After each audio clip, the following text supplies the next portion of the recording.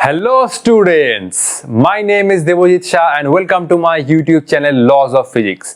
तो ये वीडियो है इलेक्ट्रोस्टैटिक पोटेंशियल एंड कैपेसिटेंस का लेक्चर नंबर 43 और आज के वीडियो में हम जेईई मेंस 2019 और आईआईटी 2000 का एक नहीं दो बहुत बेहतरीन प्रॉब्लम डिस्कस करने जा रहे हैं। आई होप आप लोग मुझे सपोर्ट करेंगे। तो बिना टाइम वेस्ट किए आज का जर्नी स्टार्ट करते हैं। तो ये है पहला क्वेश्चन जो है जेईई मेंस अप्रैल 2019 का। क्वेश्चन देख के थोड़ा लंबा लग सकता है लेकिन क्वेश्चन बहुत बहुत आसान है और एकदम कंसेप्चुअल है। अगर तुम्हें पता है कि कैपेसिटर में जब हम लोग डाइलेक्ट्रिक स्लैब को इंसर्ट करते हैं और उसका सीरीज और पैरेलल कॉम्बिनेशन में जो इक्विवेलेंट कैपेसिटेंस निकालने का क्या फॉर्मूला है, तो उस फॉर्मूला से हम लोग ये प्रॉब्लम को तुरंत सॉल्व कर सकते हैं। तो देखो क्वेश्चन क्या कह रहा है। Two identical parallel plate capacitors of capacitance C each have plate area A separated by a distance D। तो ये है एक प्लेट, ये है एक प्लेट, दोनों प्लेट का जो एरिया है वो सेम है और ये रहा इन दोनों के बीच में डिस्टेंस D।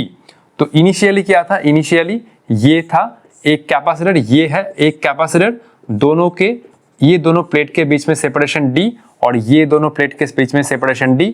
ये प्लेट का एरिया A, ये प्लेट का एरिया A, ये प्लेट का एरिया A, ये प्लेट का एरिया A। तो ये हुआ दोनों कैपेसिटर का जो कैपेसिटेंस है वो सेम है। इसका भी C इक्वल टू F7A/D। ये था इनिशियल सिनेरियो। दोनों कैपेसिटर है, दोनों कैपेसिटर का कैपेसिटेंस का वैल्यू सेम है। अब क्या हुआ, the space between the plates of the two capacitors is filled with 3 dielectrics of equal thickness. अब हम लोग क्या कर रहे हैं, इसमें तीनों डाइलेक्ट्रिक को एंटर कर रहे हैं इस अरेंजमेंट से और इसमें भी तीनों डाइलेक्ट्रिक को हम लोग ऐसे अरेंजमेंट से एंटर कर रहे हैं। क्लियर। और डाइलेक्ट्रिक स्लैब का थिकनेस नहीं, ये हुआ डाइलेक्ट्रिक कांस्टेंट। ये इसका dielectric constant K1 K2 K3 K1 K2 K3। तो इस कैपेसिटर में हम लोग ये 3 डाइलेक्ट्रिक स्लैब को ऐसे इंसर्ट किए और इसमें 3 डाइलेक्ट्रिक स्लैब को ऐसे इंसर्ट किए। ये हुआ सीरीज कॉम्बिनेशन, ये हुआ parallel combination. K1 K2 K3 क्या है, डाइलेक्ट्रिक कांस्टेंट। और एक बात मैं बोला है, 3 डाइलेक्ट्रिक्स हैव इक्वल थिकनेस, मतलब ये सेम, ये सेम, ये सेम, मतलब T T T तीनों डाइलेक्ट्रिक का जो थिकनेस है वो सेम है। अगर ये D है तो D/3 D/3 D/3 है, सिंपल। और इसका भी जो थिकनेस है वो सेम है। इसमें क्या होगा, इसमें D का डिवीजन होगा, इसमें D का डिवीजन होगा। इसमें तो एरिया सेम रहेगा D/3 D/3 D/3, लेकिन इसमें एरिया का डिवीजन होता है। पैरेलल केस में एरिया का डिवीजन होता है। तो हर एक कैपेसिटर का जो एरिया बनेगा, मतलब 3 डाइलेक्ट्रिक स्लैब है, 3 डाइलेक्ट्रिक स्लैब का जो कॉम्बिनेशन है वो पैरेलल कॉम्बिनेशन है और पैरेलल कॉम्बिनेशन में ये तीनों डाइलेक्ट्रिक स्लैब का जो एरिया होगा, अगर ये A होता है ये प्लेट का एरिया, तो A/3 A/3 A/3। Series combination में जो डिस्टेंस होता है उसका डिवीजन होता है D/3 D/3 D/3, लेकिन पैरेलल कॉम्बिनेशन में एरिया का डिवीजन होता है, तो ये A/3 A/3 A/3। तो चलो ये सिंपल मैंने कंसेप्ट बता दिया, अब आगे क्या पूछा है, if this 2 modified capacitors are charged by same potential V। हमने अब 2 कैपेसिटर को सेम पोटेंशियल डिफरेंस V के साथ कनेक्ट कर दिया। Ratio of energy stored in the 2 combination, तो ये कॉम्बिनेशन और ये कॉम्बिनेशन में जो एनर्जी स्टोर होगा उसका रेशियो पूछा है। मैंने ऑप्शन नहीं दिया है, ऑप्शन बहुत लंबा है इसलिए मैंने नहीं लिखा है, क्योंकि साइड में मुझे जगह चाहिए। तो ये कॉम्बिनेशन और ये कॉम्बिनेशन में एनर्जी का रेशियो क्या होगा, देखो पहला कॉम्बिनेशन जो है U1/U2 और ये हुआ हाफ, ये तो हुआ सीरीज कॉम्बिनेशन, तो मैं CS लिख रहा हूं। और V², कैपेसिटर का एनर्जी कितना होता है, हाफ CV²। तो ये कॉम्बिनेशन को जब हम लोग एक सेल से कनेक्ट करेंगे जिसका पोटेंशियल डिफरेंस है V, तो एनर्जी कितना होगा, हाफ CS × V²। CS क्या है, equivalent capacitance in series combination, और ये हुआ हाफ CP × V²।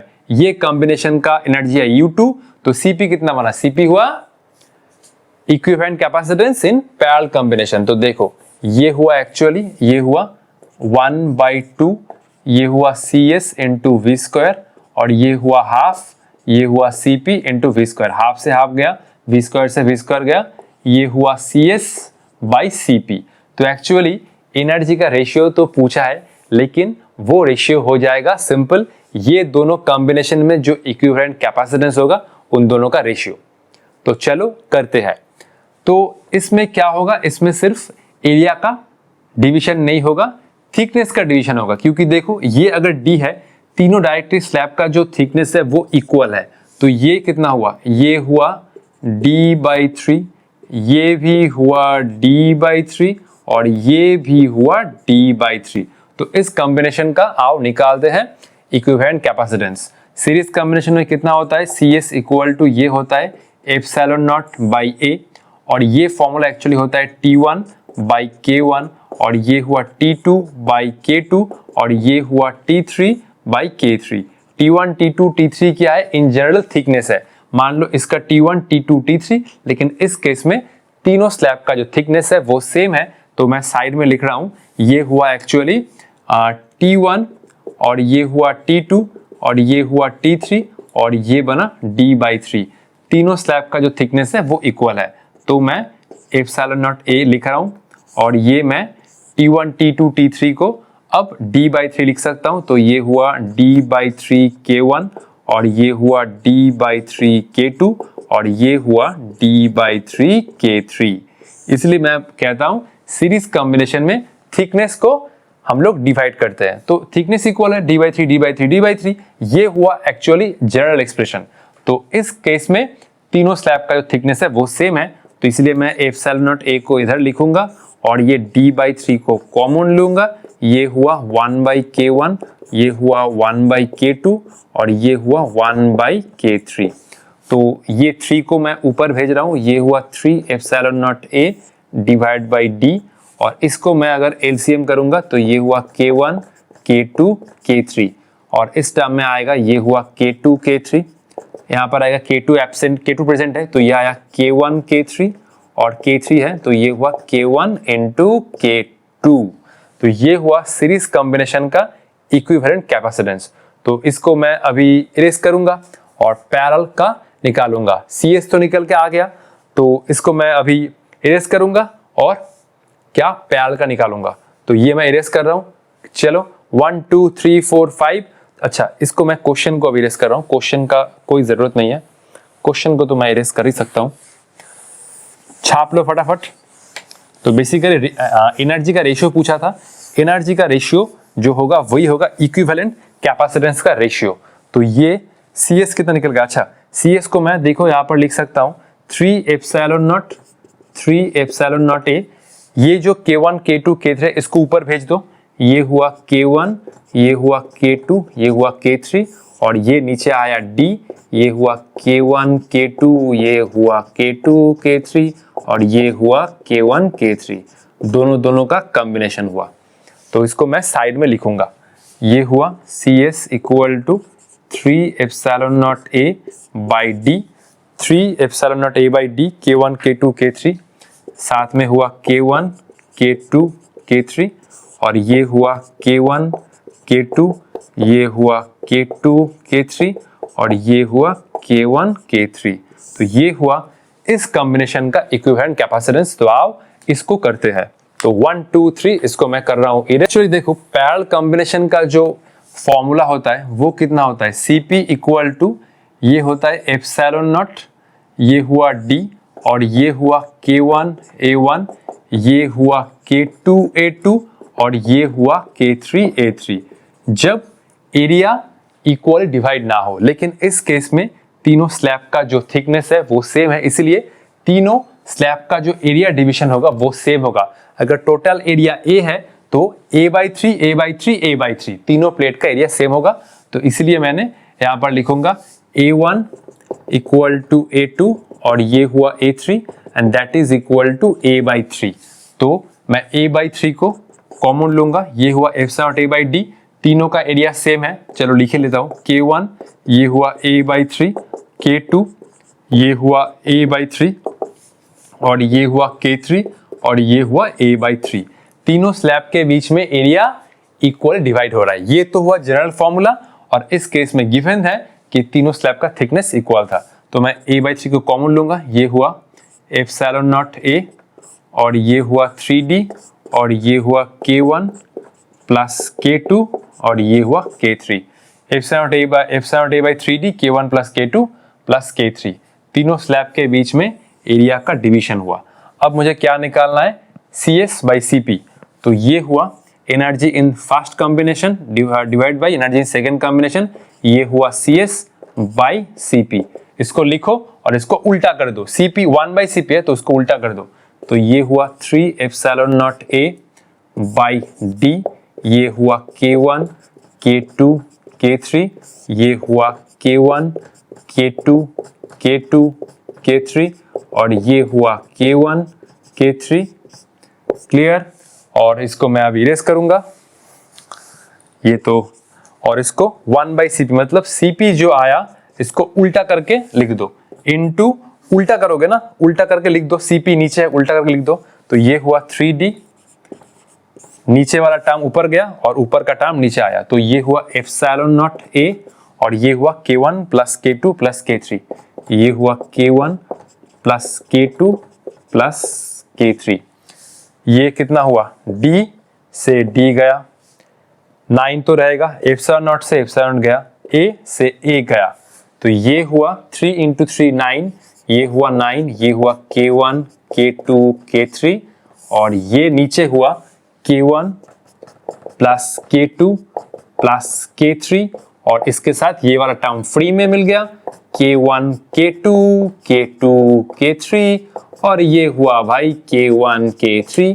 ये था final answer, energy in the first case divide by energy in the second case. तो ये था आंसर, बहुत लंबा ये आंसर है इसलिए मैंने चार ऑप्शन को नहीं लिखा। तो ये है 100% करेक्ट, इसको पहले कॉपी कर लो। नेक्स्ट हम लोग IIT 2000 का प्रॉब्लम करेंगे। जेई एडवांस से पहले होता था AI-EEE, उसके बाद IIT, जो अब लोग अब तुम लोग दे रहे हो, अब लोग बोल दिया अब लोग जो अब तुम लोग दे रहे हो जेई एडवांस, तो पहले होता था IIT, तो पहले होता था AI-EEE की जगह अब ले लिया जेई मेंस और IIT की जगह अब ले लिया जेई एडवांस्ड। तो नेक्स्ट हम लोग IIT 2000 का एक प्रॉब्लम करेंगे। चलो,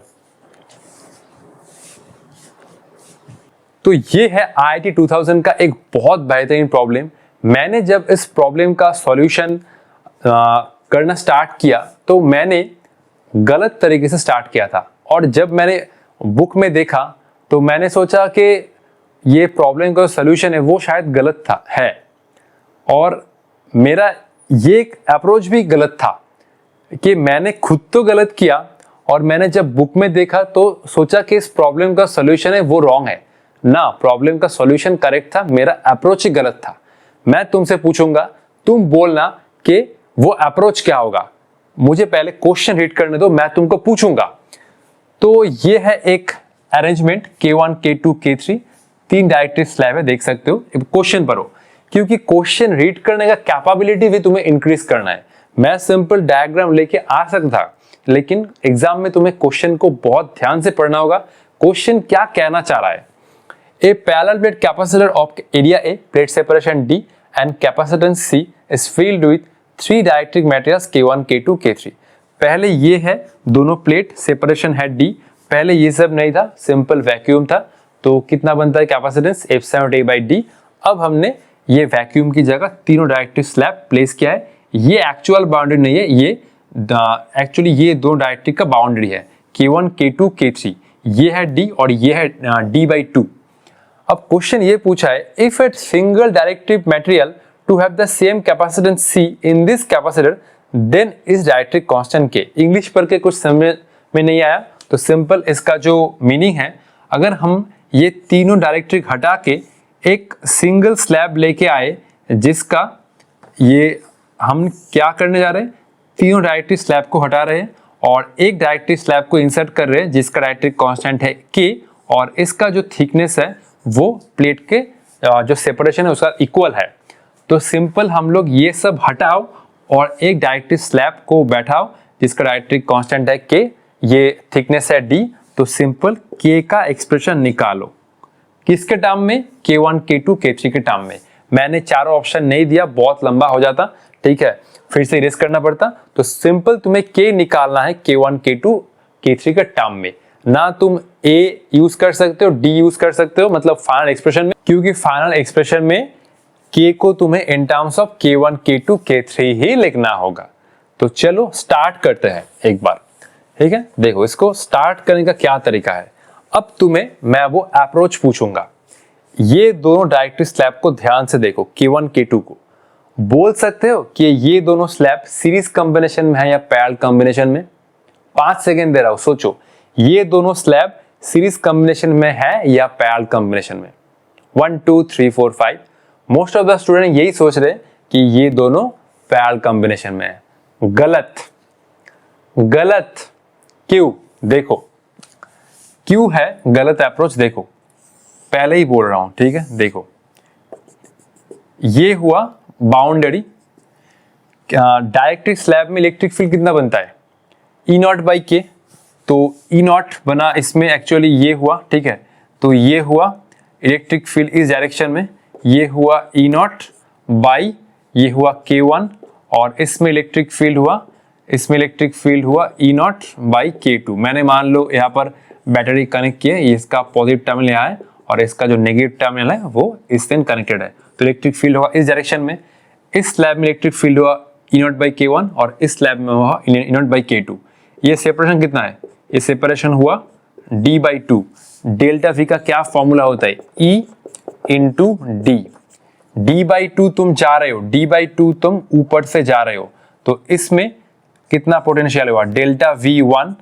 डेल्टा V1 कितना बनेगा, ये हुआ E नेट ना, ये हुआ E0/K1 इंटू D/2, और इस पोजीशन पर कितना पोटेंशियल बना, ये हुआ डेल्टा V1, ये हुआ डेल्टा V2, ये हुआ E इंटू D/2, ये हुआ E0/K2 इंटू D/2।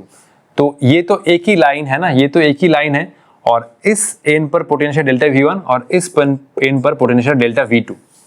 अगर ये दोनों एंड सेम पोटेंशियल पर नहीं है तो तुम कैसे सोच रहे हो कि ये दोनों स्लैब पैरेलल कॉम्बिनेशन में है। ये तो एक ही लाइन है, तो अगर ये दोनों स्लैब पैरेलल कॉम्बिनेशन में है तो ये पॉइंट और ये पॉइंट में तो पोटेंशियल सेम होना चाहिए। क्या आ रहा है, E0/K1 D/2, E0/K2 D/2, दोनों पॉइंट पर पोटेंशियल अलग अलग है, मतलब ये दोनों स्लैब पैरेलल कॉम्बिनेशन में नहीं है। क्रॉस, ये अप्रोच ही गलत है। ये दोनों स्लैब सीरीज कॉम्बिनेशन में है। सीरीज कॉम्बिनेशन में पोटेंशियल डिफरेंस अलग अलग आता है, पैरेलल कॉम्बिनेशन में पोटेंशियल डिफरेंस सेम होता है। सोचो एक बार ध्यान से, अगर ये दोनों पैरेलल कॉम्बिनेशन में होता है तो ये पॉइंट और ये पॉइंट पर पोटेंशियल सेम होना चाहिए था, लेकिन पोटेंशियल तो अलग अलग आ रहा है इलेक्ट्रिक फील्ड की वजह से। तो ये दोनों सीरीज कॉम्बिनेशन में है, पैरेलल कॉम्बिनेशन नहीं है। तो ये जो अप्रोच था ये एक्चुअली करेक्ट अप्रोच है। K1 ये दोनों स्लैब पैरेलल कॉम्बिनेशन में नहीं है। इसको पहले कॉपी कर लो, नोट लिख लो, ठीक है। फिर हम लोग जाएंगे अपने सॉल्यूशन में। 1 2 3 4 5, चलो कॉपी कर लो फटाफट से, ठीक है। चलो, तो ये मैं इसको इरेज किया। अभी ये ग्लाव्स काली को उतना ऑब्जर्व नहीं कर रहा है, इसको धोना पड़ेगा बहुत अच्छे से डिटर्जेंट के साथ। तो ये दोनों स्लैब सीरीज में है, तो इसको देखो, इसको हम लोग ऐसे करेंगे। ये पानी था इसमें, ओहो, इसलिए तो चलो ठीक है। तो ये हुआ एक्चुअल, इस प्रॉब्लम का जो अप्रोच है वो ऐसे करना होगा, ठीक है। ये देखो, ये हुआ एक स्लैब डायरेक्ट्रिक K1 और ये हुआ K2, ये हुआ K2, ये हुआ K2। ये एक कैपेसिटर बना, ये एक कैपेसिटर बना। तो ये कैपेसिटर का कैपेसिटेंस निकालना है और ये कैपेसिटेंस का कैपेसिटेंस निकालना है। तो ये हुआ एक कैपेसिटर और इसके साथ हम लोग K3 को ऐसे कनेक्ट करेंगे। देख के लग रहा है कि ये दोनों डायरेक्ट्रिक स्लैब के वजह से दो कैपेसिटर बनेगा, वो दोनों पैरेलल होगा, उसके साथ ये सीरीज। गलत अप्रोच है। K1 K2 के वजह से जो दोनों कैपेसिटर बनेगा वो सीरीज में होगा। तो ये हुआ एक कैपेसिटर, ये हुआ एक कैपेसिटर, तो इसका जो कैपेसिटेंस बनेगा वो कितना होगा, K1 एप्सिलॉन नॉट। ये हुआ A/2, देख सकते हो एरिया डिवीजन हो रहा है, और ये सेपरेशन कितना बना, D/2 देख सकते हो, ये हुआ D/2। इसका जो कैपेसिटेंस बनेगा वो कितना होगा, K2 एप्सिलॉन नॉट। ये हुआ A/2 और ये हुआ D/2। इसके साथ ये बना K3 को हमें ऐसे लिखना होगा, K3 को हमें ऐसे लिखना होगा, ऐसे। ये हुआ K3, ठीक है।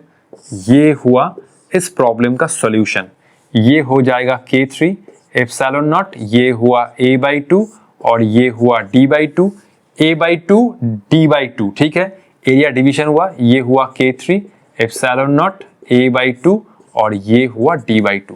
तो इस प्रॉब्लम का यही अप्रोच है, इस प्रॉब्लम का यही अप्रोच है। ये दोनों कैपेसिटर सीरीज में है, सेपरेशन देख सकते हो D/2, एरिया है A/2, A/2, A/2 और K3 को ऐसे डिवाइड करना होगा, K3 को ऐसे ही डिवाइड करना होगा, वरना आंसर नहीं मैच करेगा। तुम करके देख सकते हो। इसका जो सॉल्यूशन आएगा वो हुआ K equal to K1 K3 divide by K1 plus K3 और ये हुआ K2 K3 divide by K2 plus K3। यही करेक्ट ऑप्शन है, ठीक है। तो चलो कैलकुलेट करो, ये दोनों है सीरीज में, ये दोनों सीरीज में, अल्टीमेट पैरेलल में होगा, ठीक है। तो चलो ये कितना आएगा, इसको मैं दे रहा हूं, इसको नाम दे रहा हूं C1 और ये हुआ C3 और ये भी हुआ C3 और ये हुआ C2, ये हुआ C2। C1 कितना आया, C1 आया K1 एप्सिलॉन नॉट, ये हुआ A/2 और ये हुआ D/2, 2 से 2 गया, ये हुआ K1 epsilon naught A by D। C2 कितना आया, C2 आया K2 एप्सिलॉन नॉट A/2, ये हुआ D/2, 2 गया, ये हुआ K2 एप्सिलॉन नॉट A/D और C3 भी सेम ही आएगा, जस्ट यहाँ पर K3 एप्सिलॉन नॉट A/D हुआ। अब मैं क्वेश्चन को इरेज करूंगा, चलो भाई क्वेश्चन को इरेज करते हैं और इफेक्टिव डाइलेक्ट्रिक कांस्टेंट निकालते हैं। चलो